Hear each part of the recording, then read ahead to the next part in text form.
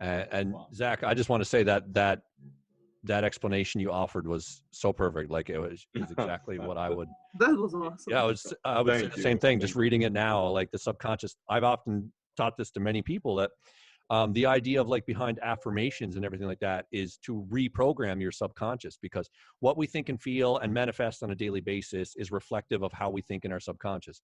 And we very rarely get glimpses of our subconscious if we are not trying to. But as we go into meditation, you can start to see those little thoughts that occur below the surface, below the conscious. And if you're like in your subconscious, you're reprogramming to think I'm all powerful, I get what I want, everything works out for me, then you will reprogram your mind to believe these things. But in the meantime, as you say these things, not only will you just reprogram it, but you will be shown what contradicts it. So if you say, I am all powerful, or I get everything I want, there's going to be a part of you from your past that goes, that's a fucking lie. True. And then you can talk to that and be like, well, why do you think it's a lie?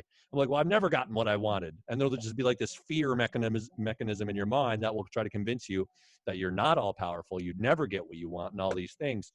But like, well, okay, how about this? I will get what I want from here on out. And then your mind will be like, yeah, right. That's not going to happen. So as you bring up these affirmations, it's not just the idea of reprogramming your subconscious mind. It's bringing to the light everything that contradicts it.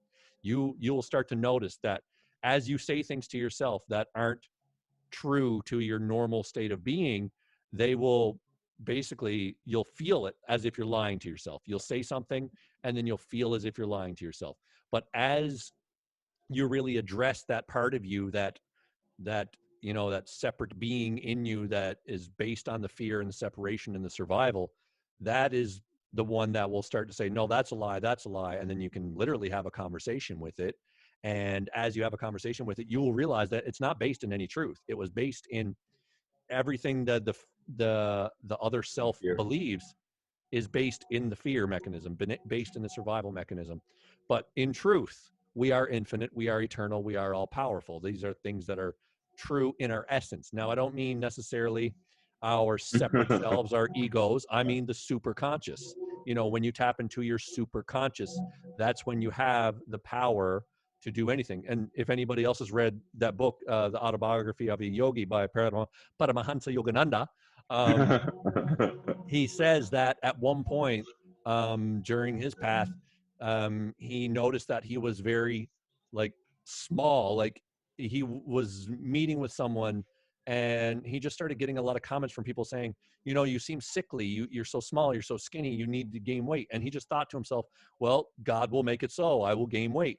And I can't remember the book exactly, but either within a day or within a couple of days, he had put on 20 pounds. Wow. Anything different. He just manifested it. He just knew that he was connected with that power of the super conscious and was able to do anything. Which kind of brings me back to what I wanted to touch on earlier that Tetsuyan said that really made me think about this, that I see and agree with on some level, is that what he said was something along the lines, and correct me if I'm wrong, Tetsuyan, but it was something along the lines of, if you can create anything and make anything manifest with your mind if it is physically possible. And I think you gave the example of, like, you said something like, if you say, I'm going to fly tomorrow, then it's not going to happen because it's not physically possible. So just let me know if that's what you said, just so I can run off that. Yeah. That's basically what I said. Okay. Yes. So I would offer the idea that everything is physically possible. If you can imagine it to be, then it can be. And what I mean is that you have to have a method for it.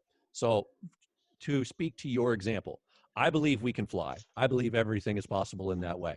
So what I mean is that I recognize that we are electromagnetic beings and we live in an electromagnetic soup. Like, the world we live on is literally surrounded by an electromagnetic field, and we are not only in that, but we are part of it. So I'm sure you're aware of the concept of you can sing a note of a certain note, and you can shatter a glass. You can shatter like a wine glass by singing a certain note. So everything has its resonant frequency. Every single piece of matter in existence has its resonant frequency.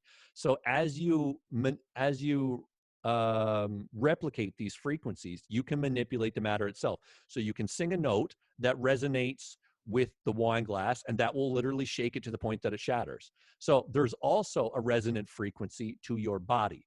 So if you can replicate a frequency that is of your body, you can literally control it. So, and everything starts in the thought realm. Everything begins in the energy sector. So as you bring yourself into a state of meditation where there is no particular frequency, and then you resonate, you tune in essentially to the resonant frequency of your own body, then you can either make a noise or just consider a thought that resonates with that, and you can literally move your body with your own thought. You can have your body vibrate in a way that it rises up within the magnetic field. The same. Wow. This is something that's like put forth as an explanation as to how the pyramids were actually built. They were built using sound. We have these giant monoliths, these giant stones that no tractor or crane could lift today, and they built the pyramids out of it. And people have put forth so many different theories, but the one that makes most sense to me is that we literally used sound to vibrate the stones, to shake them upwards, and then move them with sound, and put them into place on the pyramid itself. So everything begins in thought form, in feeling form. And so you can literally think a thought and move your hand, and we're aware of that. But like Ella was saying, like trained yogis can think a thought and stop their heart because they are emanating a certain frequency starting in the mind and saying, this is how I will stop my heart. And then their body will basically replicate the frequency necessary to bring up about that action. So I think that's possible in any way. I think everything begins with frequency. You can, there's no limit to what we can do. Now we may have, certain limits, but in the sense that we have these perceived limits. But when you have, to quote Jesus Christ, but the fate of a mustard seed, you could move mountains. So that's the thing, is that if you understand your complete and entire superconscious, to use it that way, then there is no limits to what you could do with matter, because everything begins at the thought level. So as you imagine something and visualize something at the thought level, then it can manifest upward and upward and upward into the matter level, and you could literally move things with your mind.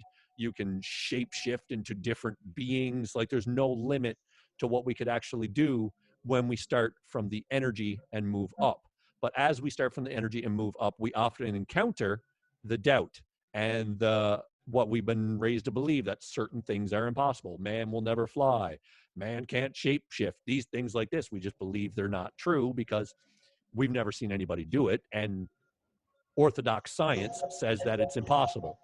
But if you look at the ideas of quantum physics, the observer is the one that collapses the waveform. So our reality around us is literally just waves until we observe it. So if we think before we observe, we can choose how the waveform collapses. So therefore, you could choose that I'm going to collapse the waveform in my body to basically come into manifestation 10 feet above the ground. So yeah, that's essentially the concept behind it. I'll expand further if anything didn't land, or if you just want to, discuss it with me. I'd love to hear your thoughts.